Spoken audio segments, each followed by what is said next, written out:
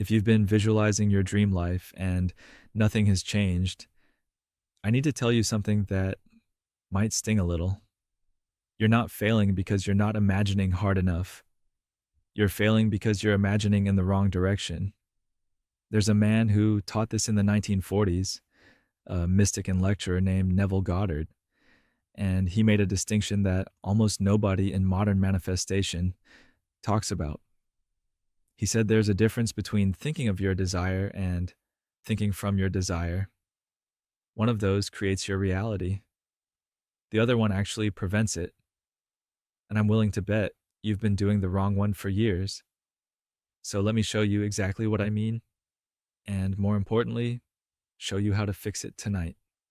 Now, I want to start by validating something because I think it's important. You've probably done the work, you've made the vision boards, you've tried visualizing every morning. Maybe you sat in your car before work, eyes closed, trying to picture the life you want. Maybe you've tried affirmations in the mirror, and some days it feels powerful. You get that buzz, that feeling like something is shifting, but then you open your eyes, you look at your bank account, you look at your apartment, you look at your situation, and that feeling just evaporates like it was never there. And you start to wonder if maybe you're just not good at this, or maybe it doesn't work for you, or maybe the whole thing is nonsense. I've been there. And here's what nobody told me for a long time. The issue isn't the technique, it's the mechanism you're targeting.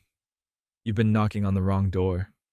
Neville Goddard described consciousness like a stream split into two channels. You've got your conscious mind, that's the part that's listening to me right now. The part that chooses, decides, analyzes, the part that's thinking about whether to keep watching this video or check your phone. And then there's the subconscious mind. And the subconscious is where reality actually gets constructed. Neville described it as impersonal and non-selective. It doesn't judge.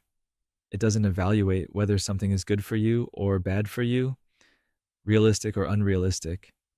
It simply takes whatever it receives and gives it form and expression in your outer world.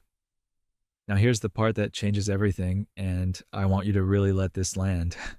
Neville said, and I'm quoting him directly, "Ideas are impressed on the subconscious through the medium of feeling. No idea can be impressed on the subconscious until it is felt, but once felt, be it good, bad, or indifferent, it must be expressed." That's from Feeling is the Secret, Chapter 1. Read that line again later. Not thought, not visualized, not repeated. Felt. Your subconscious does not care what picture you're holding in your mind. It cares about the feeling underneath the picture. That's the signal it reads. So think about what this actually means for your visualization practice. When you sit down and you visualize your dream house, you see the kitchen, you see the backyard, you see the view from the bedroom window. That's great.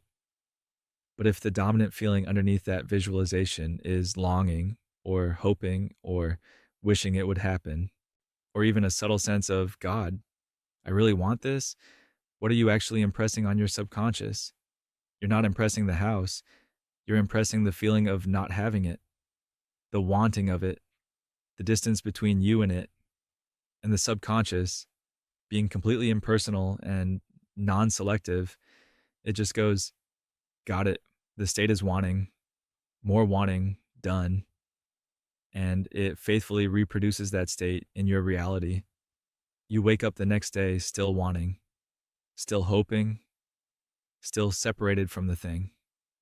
Not because the universe is punishing you, because you gave your subconscious a perfect blueprint of lack, and it built exactly what you ordered. So here's where Neville's real teaching begins, and let me draw this out because I think it makes the concept click instantly. On the left side of this whiteboard, I've got a stick figure. That's you standing in your current reality. And over here on the right side, across a gap, there's your desire. A house, a relationship, a number in your bank account, whatever it is. Now, when most people visualize, this is what they're doing. They're standing here in their current situation, and they're looking across the gap at their desire over there. They're thinking of it, and I want you to see what that arrow looks like. It goes from you across empty space toward the thing you want. Every time you do this, every single time, you are reinforcing the gap. You're sending a signal to your subconscious that says, I am here, that is there, and there is distance between us. You're not manifesting the desire, you're manifesting the separation. Now look at the right side of the board. Same person, but they've mentally relocated. They're not looking at the desire anymore. They're standing inside it. They're in the house. They're in the relationship. They're living the life. And they're looking outward from that position. This is what Neville called thinking from. Not thinking of your desire, but thinking from it. From the end. From the state of already having it. And there's no gap in this picture. The desire isn't over there, it's here. It's assumed, it's done. Neville described this in The Power of Awareness, and he was blunt about it. He called thinking of a fallacy and mirage. His exact words were, perpetual construction of future states without the consciousness of already being them.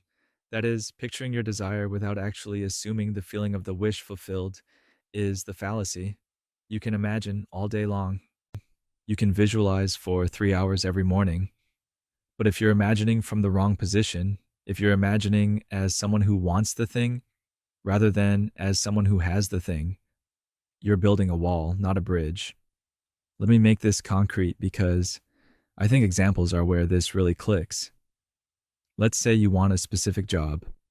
You want to work at a particular company in a particular role. Most people, when they try to manifest this, here's what their imagination looks like. They picture the interview, they imagine it going well, they see themselves getting a phone call with the good news, they picture celebrating. And that feels productive, right? That feels like you're doing the work, but notice the perspective. You're imagining the process of getting the job, which means in your imagination, you don't have it yet. You're still in the story of trying to get it. Now here's what thinking from looks like for the same desire. Instead of imagining the interview, you imagine your first Monday morning at the job. You're commuting there, you walk in. There's a coffee mug on your desk that you brought from home because you've been there long enough to have your own mug there. You run into a coworker in the hallway and you chat for a minute about something that happened last Friday. And then that evening you're having dinner with a friend and they ask how the new job's going and you hear yourself say, yeah, I've been there about 3 weeks now and honestly, I really love it. Feel the difference? In that second version, the getting of the job is already behind you. It's not the main event anymore. It's assumed, it's background, it's done. That's the shift. That's what Neville meant by living in the end. So now you understand the difference between thinking of and thinking from. But here's the next question, and it's an important one. When is the best time to do this? Because if your conscious mind is the gatekeeper, and during your waking hours it's constantly filtering everything through, that's not realistic, and you can't afford that, and that's never going to happen. Then when exactly is this feeling supposed to reach the subconscious without getting intercepted? And the answer is so simple it almost seems too easy. Neville called it the state akin to sleep. You'll see people abbreviate this as SATS. It's that specific drowsy window between being awake and falling asleep. Not meditation, not deep sleep, not some mystical trance. It's that in-between zone you experience every single night, where your eyes are heavy, your body feels like it's sinking into the mattress, your thoughts start to drift and blur around the edges. You know the feeling. That moment where you could open your eyes if you wanted to, but you really don't want to. That is the state akin to sleep, and that is when your subconscious mind is wide open. Here's why this matters mechanically, and let me draw this out as a timeline. During your normal waking hours, your conscious mind is fully active. It's filtering, judging, comparing everything against what it already believes to be true. So if you try to impress a new idea on your subconscious during the day, you've got this gatekeeper standing there going, Nah, that's not real. You don't actually have that. Nice try. But as you move towards sleep, something happens neurologically. The critical faculty, the part of your conscious mind that evaluates and rejects, begins to lower. The gatekeeper starts to nod off. And there's this window right here, this zone between awake and asleep, where whatever you're feeling passes directly into the subconscious with almost no resistance. This is the window. This is what Neville was pointing to when he said everything he taught. Neville put it plainly in Feeling is the Secret. Sleep conceals the creative act, while the objective world reveals it. In sleep, man impresses the subconscious with his conception of himself. Your self concept at the moment you fall asleep, that's what gets planted. That's the seed that goes into the ground of the subconscious. And the next day is the harvest. That's what grows. Not what you affirmed at 8 in the morning, not what you journaled about over lunch, what you felt as you crossed the threshold into sleep. And here's the quote that should genuinely unsettle you if you really think about it. Neville said, "You will rise believing that you are a free agent, not realizing that every action and event of the day is predetermined by your concept of self as you fell asleep. Every action, every event, predetermined. Not by some force out there, not by the universe making decisions about you, by what you felt as you drifted off last night. Your entire tomorrow is being written tonight. It's being written right now, every night, whether you're doing it consciously or not. The question is whether you're going to keep writing it by default or start writing it on purpose." Now, here's where most people trip up, and I want to prepare you for this because it's the part nobody talks about, and it's the reason a lot of people give up just before it starts working. You do the technique, you feel it, you fall asleep in the right state, you really nail it, and you feel that satisfaction, that sense of it is done. And then you wake up the next morning and nothing is different yet. The bank account looks the same. The person hasn't texted. The job offer isn't sitting in your inbox. And the immediate thought is, it didn't work. Neville used an analogy for this that I think is perfect. He said the world is a mirror. If you look into a mirror and see a frown on your face, you don't reach into the mirror and try to physically turn the mouth upward. That would be insane. You change your face and the mirror follows. He said, man's attempt to change the world by force is as fruitless as breaking a mirror in the hope of changing his face. But that's exactly what we do. We look at our circumstances, we don't like what we see, and we try to rearrange the circumstances directly. We try to fix the reflection, and we ignore the face. There's a phrase Neville used that I want you to write down or screenshot right now. Signs follow, they do not precede. Let that sink in. The evidence comes after the internal shift, not before. If you're waiting for evidence before you'll believe your imagination worked, you've reversed the entire mechanism. You're asking the mirror to smile first. You're asking the printout to change before you've edited the document. That's not how this works. The feeling of fulfillment must come first. The feeling of having, of being, of it being done. That comes first. Physical reality conforms after. Always after. And honestly, this is the most liberating part of the whole system once you really get it. Because it means you don't need anything from the outside world to start. You don't need permission. You don't need a sign. You don't need the money to show up first before you can feel abundant. You don't need the person to change before you can feel loved. You don't need the opportunity to appear before you can feel successful. The only thing that needs to shift is your feeling, and you have absolute, unconditional, 24-hour access to your own feelings. Nobody can take that from you. Nobody needs to grant it. It's yours right now. If this is clicking for you, if you can feel the difference between what I'm describing and what you've been doing up until now, I'd really encourage you to subscribe to this channel. We go deep into these principles, not surface level motivation, not raise your vibration platitudes. The actual mechanics of how consciousness creates reality, pulled directly from Neville's lectures and books. This is material that most people never encounter because it's buried in texts from the 1940s and 50s that nobody reads anymore. Hit subscribe so you don't miss the next one because we're just scratching the surface here. All right, let's get practical. I want to give you a specific technique you can use tonight, not next week, tonight. And I'm pulling this directly from Neville's instructions in Feeling is the Secret. So this isn't something I made up. This is the method straight from the source. Step 1. Before you get into bed tonight, decide on one thing you want to experience. And this is important, not the process of getting it. The end.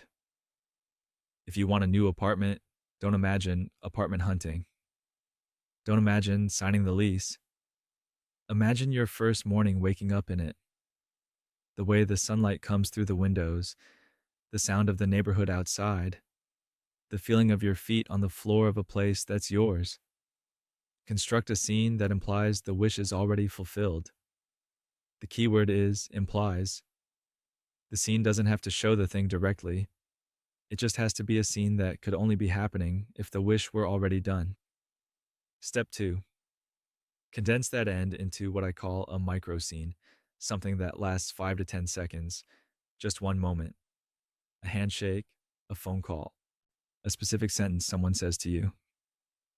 Neville gave this example in one of his lectures. If you want to be married, imagine feeling a wedding ring on your finger. Just that. Turn it around your finger. Feel the weight of it. Pull it off over the knuckle and put it back. That's it. One tiny, tactile, felt moment.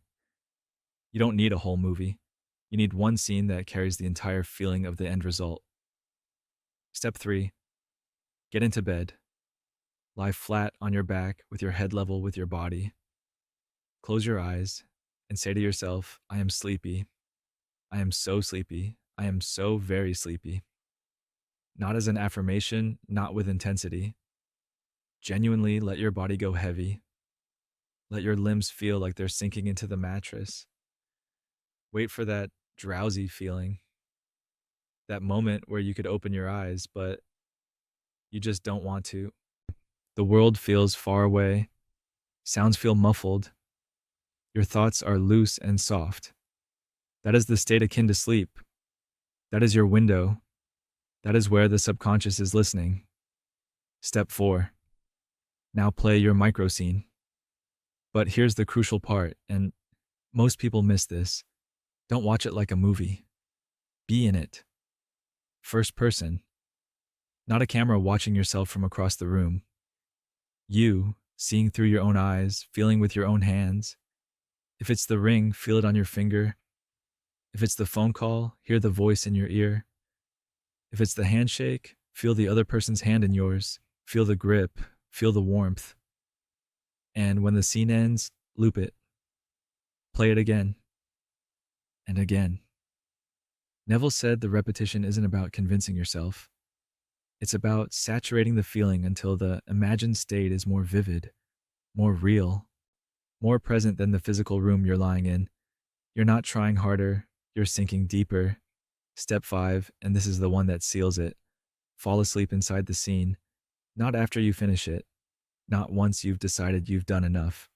The goal is to drift off while the scene is still playing, while the feeling is still alive. That's the seed being planted, that's the impression being made.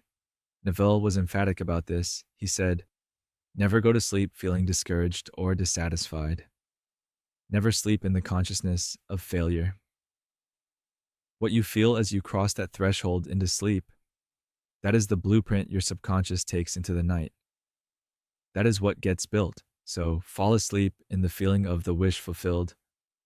Let that be the last thing your consciousness touches before it lets go. Here's what I want to leave you with, and I want you to really sit with this for a moment. Most people think imagination is a thing you do, something you practice for 10 minutes with your eyes closed, and then you go back to real life. Neville Goddard taught the exact opposite. He said imagination is real life. The physical world, your job, your relationships, your bank account. Those are the shadows. Those are the printout. The actual document, the source code, is being written in your imagination every single night, whether you know it or not, whether you're doing it deliberately or by default. When you really get this, when you really let it land and stop treating it as a nice idea and start treating it as a mechanical fact, it changes the fundamental question of your life. The question stops being, how do I get what I want? And becomes, who am I being when I fall asleep tonight? Because that person, that version of you, the one defined by whatever you felt as you crossed into sleep, that's the one who wakes up tomorrow. And the world will rearrange itself to match that person's assumptions, not because the universe is rewarding you for good behavior, because that's how consciousness works. The outer world is always, always a reflection of the inner state. Always. Neville said it as clearly as anyone has ever said anything. You imagined yourself into your present state. If you don't like it, you must imagine yourself out of it and into another. That's not a metaphor. That's not poetry. That's a mechanical instruction. You built this current reality unconsciously, by default, by whatever you happen to feel and assume night after night, without realizing you were doing anything at all. Tonight, you build the next one on purpose, so try it. Tonight. Don't overthink it. Don't wait until you feel ready. Pick one thing. Build one scene. Feel it real. Fall asleep inside it. And then pay attention to what starts to move.